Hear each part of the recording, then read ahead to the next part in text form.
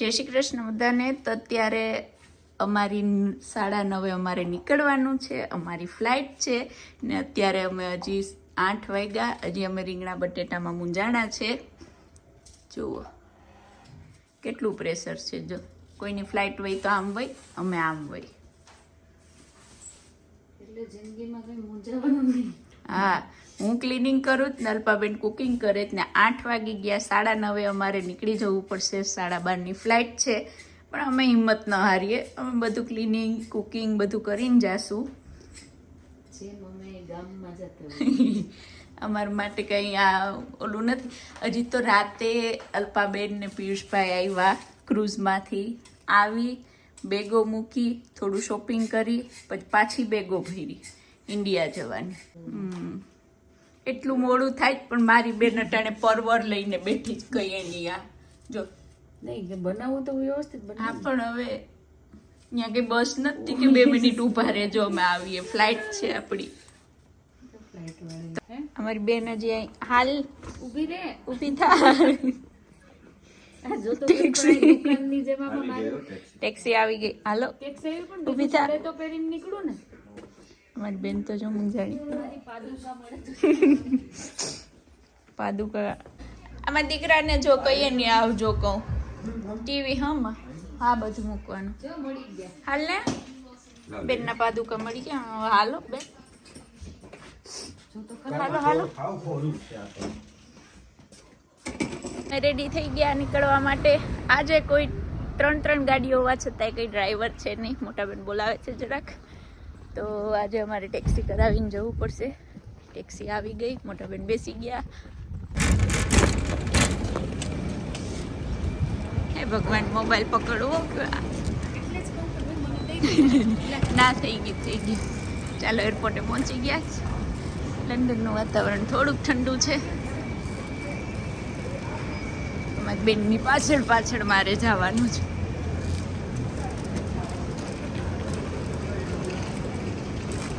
બધું થઈ ગયું. ફ્લાઇટની વાર છે એટલે હવે અમે થોડુંક ઘણું શોપિંગ કરશું, હું ને મારી બેન.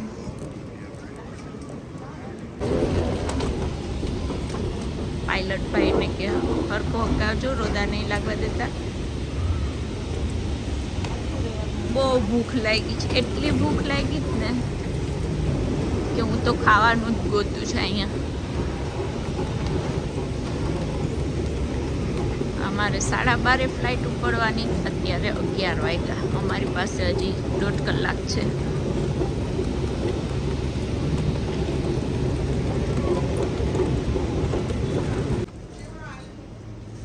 અમે ઘરેથી સનસ્ક્રીન ભૂલી ગયા એટલે મારા મોટા બેનને મારી ચિંતા થાય છે કે મારી બેન કાળી પડી જાય એટલે સનસ્ક્રીન લઈ દીધું. મને મારી જ ચિંતા હોય.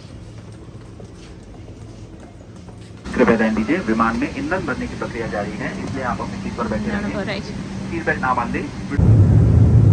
આપણે અહીંયા મૂવી ચાલુ કરી દીધું. બેન આવી ગયા, ઓરેન્જ જ્યુસ આપી ગયા. ભગવાન અમારી સાથે છે. નારાયણ. મારા મોટા બેને કંઈક જોઈશ પણ ખબર નથી પડતી શું જોતી.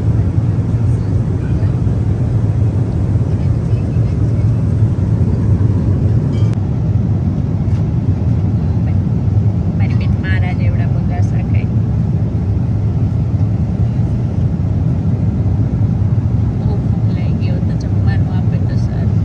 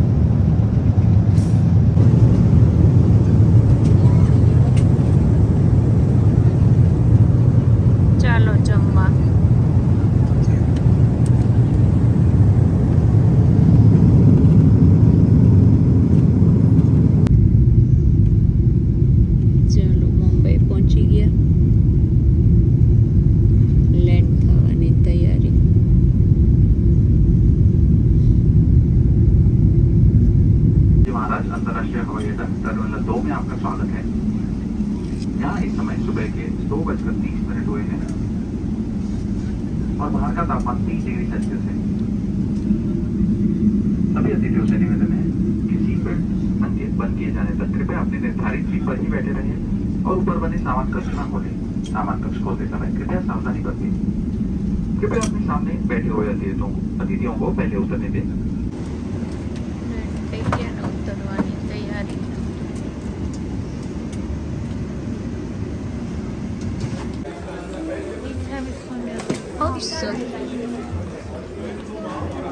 બોમ્બેનું વાતાવરણ મોર્નિંગ નહીં અડધી રાતનું. હા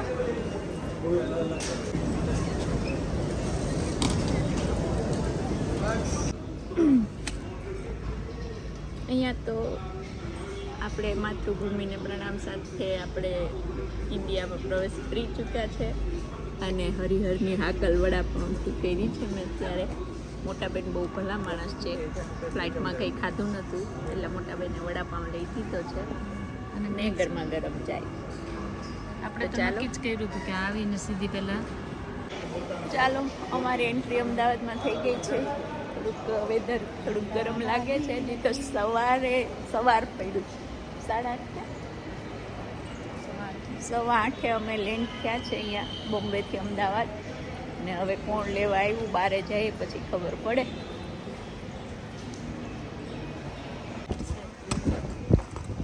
ચાલો, આવી ગયા છે મોટા ભાઈ લેવા.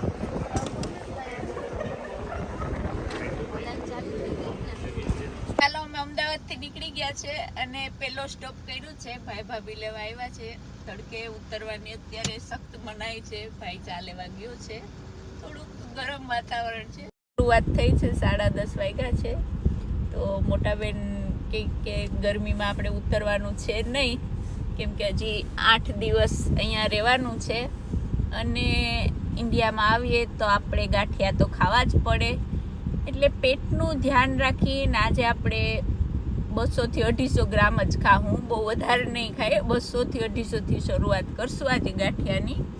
તો ચાલો ગાંઠિયા ખાઈએ અને ઇન્ડિયામાં થોડુંક તાપમાન ગરમ છે એની મજા લઈએ.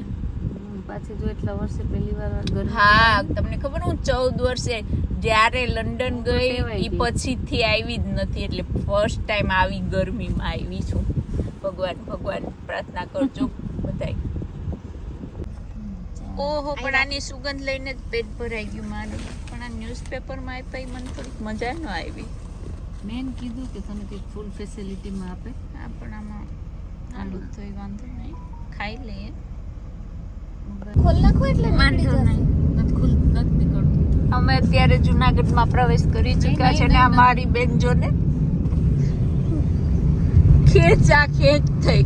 અલે ખેંચ નહીં નીકળે ભાઈ. નહીં ડોર નહીં. Health and safety. ગિરનારના દર્શન સિટીમાં ગયા હતા અમે. લીગો સિટીમાં આમ સેમ પર્વત છે જેમાં બેની વાત અમદાવાદથી અહીં પૂગી ગયા જુનાગઢ, પણ વાત તો હજી પૂરી નથી થતી. પણ એમને સ્પેનમાં મેં આવું સેમ જોયું હતું. જાણે આ ગિરનારનો જે સેમ છે ને ઈ જ એમ કહું. અમે ફોટા પાડ્યા છે, વિડીયો કર્યો. ફાઇનલી અમારા ઘરે પહોંચી ગયા, અમારા ફ્લેટે જુનાગઢ. થાકીને થઈ ગયા.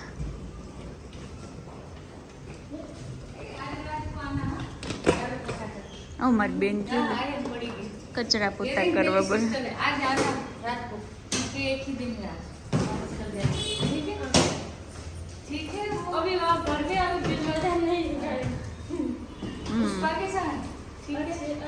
બધાને ખબર અંતે પૂછી. અમારું ફ્લેટ, ચાવી બાજુ વડા ત્યાંથી લેવાની.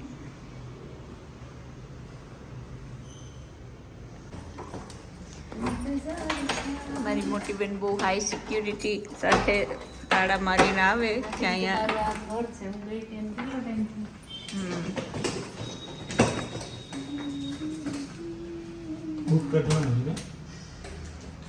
અંદર કઈ જવું સાઈડમાં. ઓહો હો હો. પારી ને બાયણા ને બધું